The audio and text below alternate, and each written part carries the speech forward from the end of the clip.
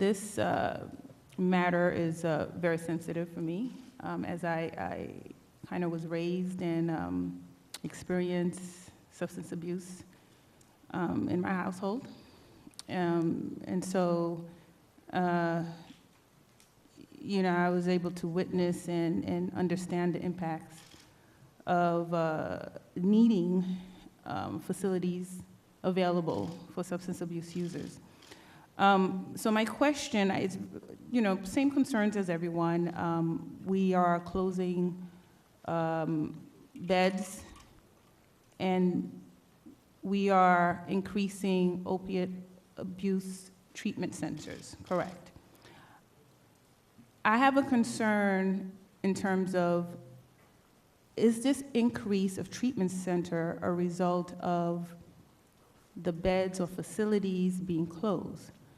So in other words, are we creating a pipeline to fill these treatment centers?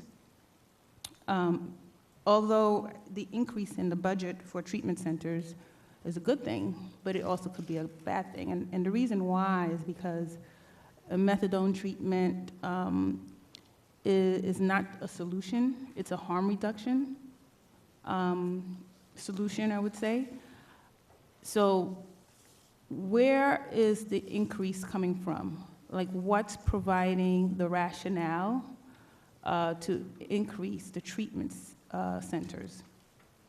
Okay. Let me try to respond to the question the way I understood it. First of all, we do not have, I know it says a reduction, but what I indicated is if you currently go now and you look at our utilization of the beds across the state, the ATC beds, we are not at 100%. In fact, we're probably at 80%. So the reduction is not going to have an impact because they're not open and they're not being filled by any clients currently. What we like to try to do is look at developing a continuum of care that the addiction system, unlike maybe OMH has had, we haven't had in the past. You know, tighten up our community-based supports to better address individuals in the community and get the supports they need for them to be stabilized in the community. So when I talk about the possibility of developing treatment centers, that could be in areas where there are areas in the state that we have no treatment at all, that people have to travel 2 and 3 hours just to get treatment. It's not because we don't want to cite them, but it's because we get a lot of opposition from the immediate community of not wanting to cite programs, okay? So we have to be a little bit more innovative and develop ways in which we could address this issue, because as every single one of you have said, this goes across everyone. It has no boundaries.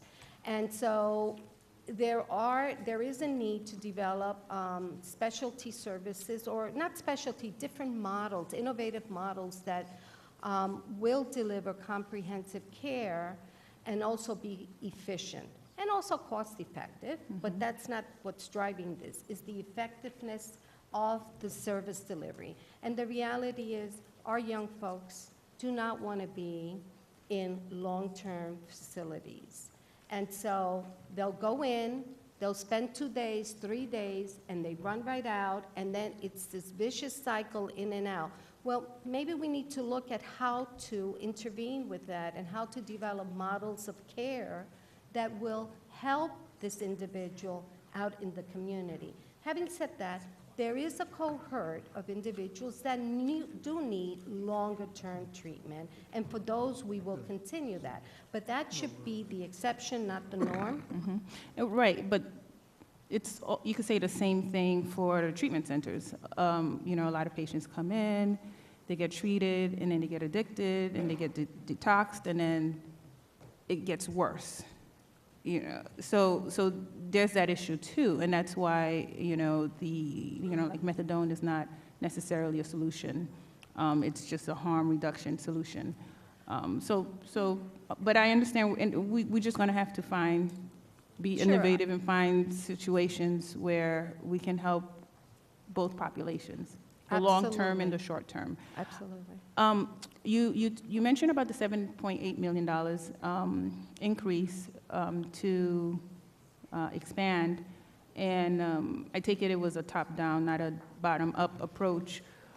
As you're doing your assessment, what is your outlook in terms of how many treatment centers in the New York City proper will be opening up? Say that again, I'm sorry, there's an echo. And it's Oh, hard to okay, hear. sorry, I'm sorry. As you're doing your assessment, in terms of opening up treatment centers across the state of New York, are you forecasting any increase in the New York City proper, concentrated? Again, Mhm. we will work with the local governmental unit in New York City to identify whatever gaps in services they may have and address them accordingly.